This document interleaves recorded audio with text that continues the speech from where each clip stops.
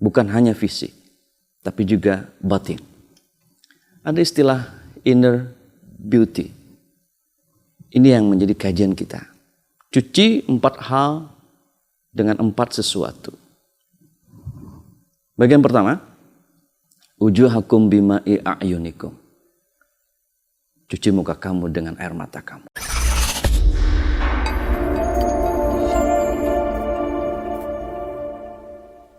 Assalamualaikum warahmatullahi ta'ala wabarakatuh.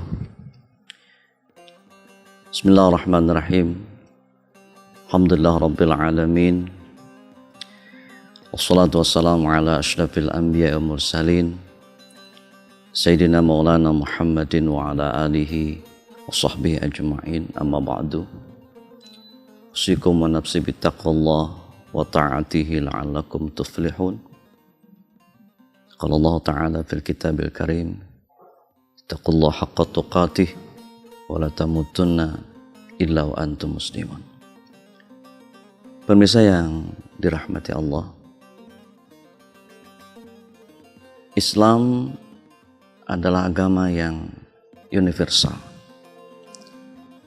Dinus mulia. Islam tidak hanya berbicara hal-hal yang terkait dengan akhirat, tapi juga sangat terkait erat dengan dunia. Islam tidak memisahkan antara dunia dengan akhirat. Karena itu ketika Islam berbicara tentang kebersihan, maka Islam tidak hanya berbicara kebersihan secara zahir, badan, pakaian, lingkungan sekitar kita. Tapi Islam juga berbicara tentang kebersihan batin, kebersihan hati, yang kemudian menjadi persoalan sangat urgen dalam kehidupan beragama. Disinilah kemudian Muslim memiliki karakteristik tersendiri. Dia tidak hanya memperhatikan kebersihan-kebersihan zahir, tapi dia kemudian sangat memperhatikan kebersihan-kebersihan batinnya. Dua kebersihan ini harus seimbang, harus harmonis dalam kehidupan seorang muslim. Sebab ketika seseorang hanya memperhatikan kebersihan zahir,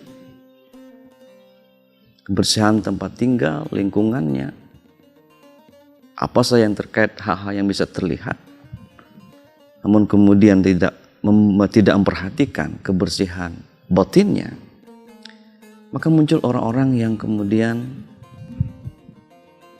punya muka dua. Di hadapan manusia sangat baik, tapi ketika di belakang manusia, naudzubillah, sangat jahat. Tema ini yang akan kita bicarakan, ya, pencucian batin. Kita sudah mengenal dan akrab sejak kecil pencucian zahir. Kita mandi, kita melakukan hal-hal terkait dengan kebersihan tubuh kita, rumah kita, kendaraan kita.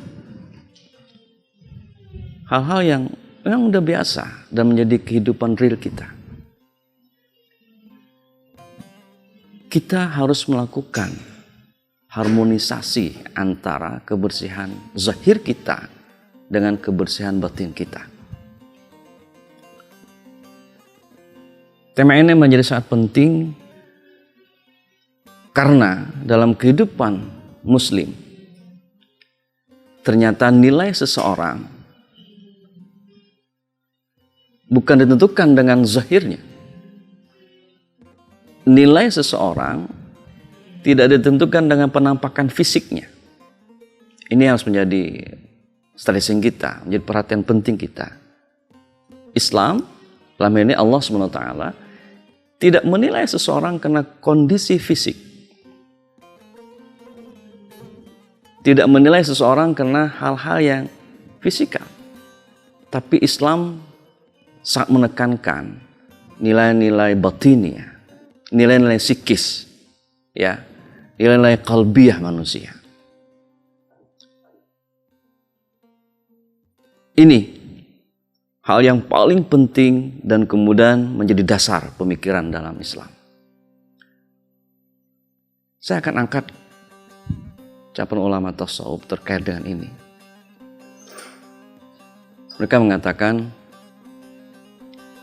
irsilu arba'an bi arba'in.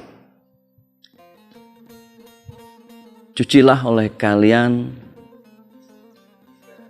4 hal dengan 4 sesuatu. Cucilah 4 hal dengan 4 sesuatu.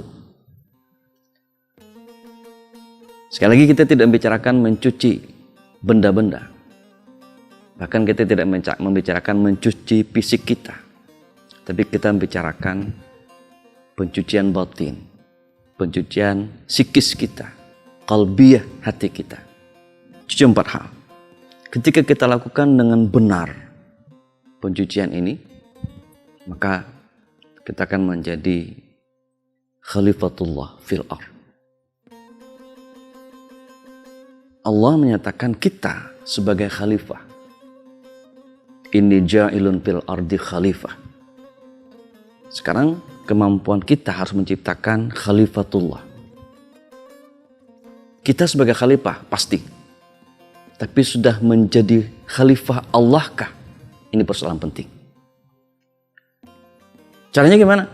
Secara fisik kita sudah sempurna. Dan kita, kata Allah, menjadi makhluk yang paling indah, paling sempurna. Laqad khalaqnal insana fi ahsani taqwim. Allah yang nyatakan. Kita paling sempurna makhluk. Sekarang kesempurnaan itu harus kita sempurnakan dengan kita percantik. Bukan hanya fisik, tapi juga batin. Ada istilah inner beauty. Ini yang menjadi kajian kita. Cuci 4 hal dengan 4 sesuatu.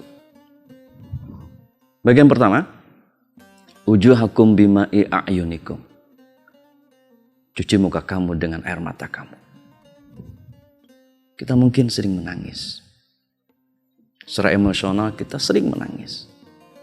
Menangis bukan hanya karena kita merasakan sakit atau penderitaan, tapi terkadang air mata juga bisa tumpah karena keharuan kita, karena kebahagiaan kita. Kita akrab dengan air mata. Tapi air mata yang mana yang kemudian bisa mampu menjadi pencuci, menjadi alat untuk membersihkan batin kita. Wujuhakum bima'i a'yunikum. Cuci muka kamu dengan air mata. Menangis bukan hanya menunjukkan kecengengan seseorang. Menangis bukan hanya menunjukkan kesakitan seseorang. Tapi dalam kacamata tasawuf, dalam perspektif tasawuf, ternyata menangis juga menjadi suatu bentuk pengakuan kebesaran Allah. Yang menunjukkan kebesaran hati seseorang untuk mengakui kemakhlukannya di hadapan Allah. Ini yang kemudian harus kita coba untuk dijadikan tradisi dalam hidup. Dalam sejarah dan hadis-hadis sahih, sahabat menceritakan Rasul tiap malam dia menangis. Di ibadah malamnya, kata Aisyah, janggutnya basah dengan air mata. Cengengkah Rasul? Tidak. Rasul adalah manusia yang paripurna. Tidak pernah takut, tidak pernah cengeng. Tapi ketika duduk di sajadah, ketika dalam kondisi ibadah, dalam zikirnya, dalam istighfarnya, dalam baca Al-Qur'annya, air mata seringkali mengikuti peristiwa itu. Air mata ini yang dimaksudkan dengan cuci muka kamu dengan air mata. Pemirsa yang budiman, oleh Rasul dinyatakan ada 2 air mata yang sangat ada 2 tetes air mata ya. Ada 2 tetes air yang sangat dicintai Allah. Satu, tetesan air mata karena takut kepada Allah. Qatratu dam'atin fil laili sawadi la yuridu biha abdan illallah. Qatratu fi sawadil lail. Ada tetesan air mata yang dia keluarkan ketika tengah malam. Ketika gelap malam. Ketika orang nyenyak tidur. Dia bangun. Dihadapkan hatinya kepada Allah. Dia menangis. Kenapa harus menangis? Tidak ada seorang pun yang terlepas dari kesalahan. Tidak ada manusia kecuali Allah. Katakan Al-Quran, Rasulullah SAW yang maksud. Semua manusia pernah salah. Bahkan Rasul menyatakan sering salah. Kullu bani Adam khata'un. Tiap manusia, kata Rasul, sering salah. Wa khairu khata'in at-tawwabun. Sebaik-baik orang yang salah, dia bertaubat. Kenapa kita harus menangis? Pertama, kita tidak pernah lepas dari kesalahan. Maka saat wajar ketika kita kemudian memohon ampun dengan kesalahan itu, ikuti dengan air mata. Nanti di akhirat, kata Rasul, semua mata menangis. Hanya 3 mata yang tidak menangis di akhirat. Ini menunjukkan bahwa mata ini adalah mata orang-orang yang bahagia di akhirat. Kullu ainin baqiyatun yaumal qiyamah illa salasan. Setiap mata akan menangis, kata Rasul, di akhirat nanti. Ini menunjukkan kesedihan seseorang. Di akhirat dia menangis. Di akhirat semua orang menangis, kecuali ada 3 mata yang kemudian, kata Rasul, dia tidak menangis. Ainan bakat min khasyatillah. Mata yang takut kepada Allah, dia menangis. Bakat min khasyatillah. Dia menangis karena takut kepada Allah. Karena semua aktivitas kita, Allah selalu pantau. Allah selalu lihat. Allah selalu tahu. Sekarang zaman CCTV. Tapi CCTV punya tempat-tempat yang tidak bisa tersentuh, tidak bisa terjangkau. Ada tempat-tempat privasi yang tidak mungkin ada CCTV di situ.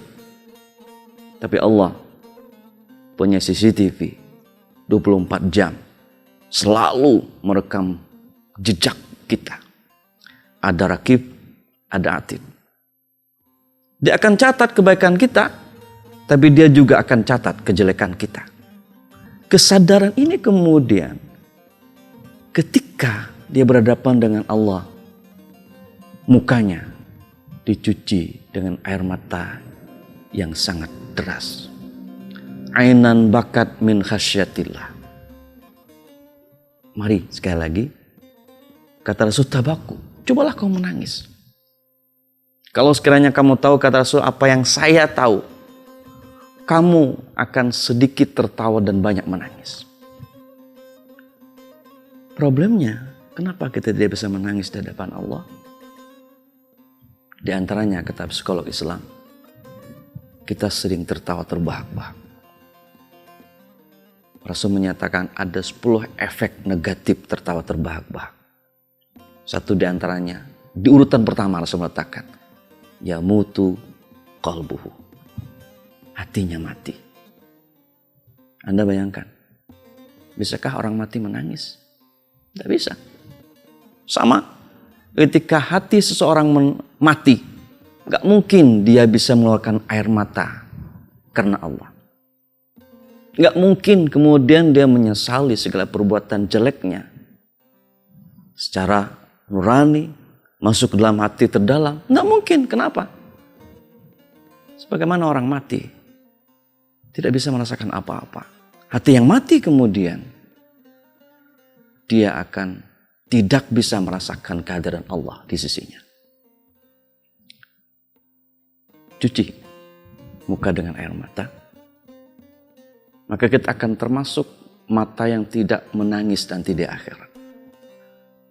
Ainan bakat min khasyatillah, kata Rasul. Mata yang menangis karena takut kepada Allah adalah mata yang tidak menangis di akhirat. Bahkan kemudian ada kabar gembira dari Nabi, nanti di padang mahsyar, kata Rasul, tidak ada naungan, terik panas luar biasa. Tapi ada 7 kelompok, 7 golongan manusia yang oleh Allah dipayungi, dikasih naungan ketika terik yang luar biasa, ketika panas yang luar biasa, ketika matahari, kata Rasul, dekat dengan kita. Sab'atun yuzilluhumullah yauma la zilla illa zilluh. Ada 7 kelompok, ada 7 golongan manusia yang kemudian oleh Allah dinaungi, dikasih payung ketika panas terik luar biasa nanti di padang mahsyar. Satu di antaranya oleh Nabi dinyatakan seseorang yang kemudian berzikir, yang kemudian air matanya menangis karena Allah. Seseorang yang berzikir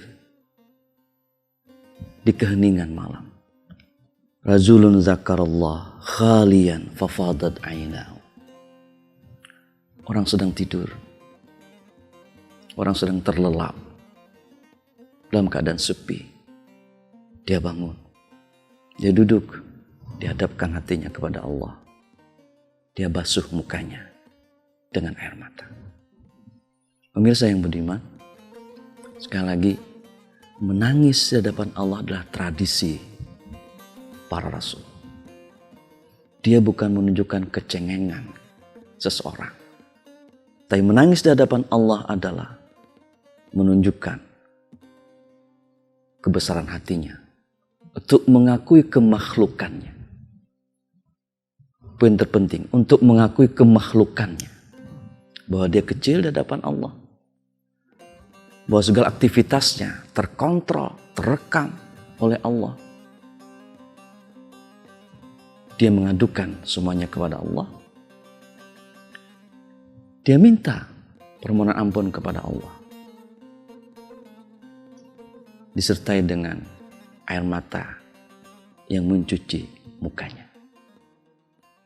Pemirsa yang budiman, ini bagian pertama yang harus kita lakukan, yang mudah-mudahan dalam kehidupan sehari-hari, dalam kehidupan kita, karena kita pernah menangis, kita pernah mencucurkan air mata karena kita takut kepada Allah, karena kita memahami kemakhlukan kita, kekerdilan kita, kekecilan kita di hadapan kebesaran, keluasan pengetahuan Allah tentang diri kita.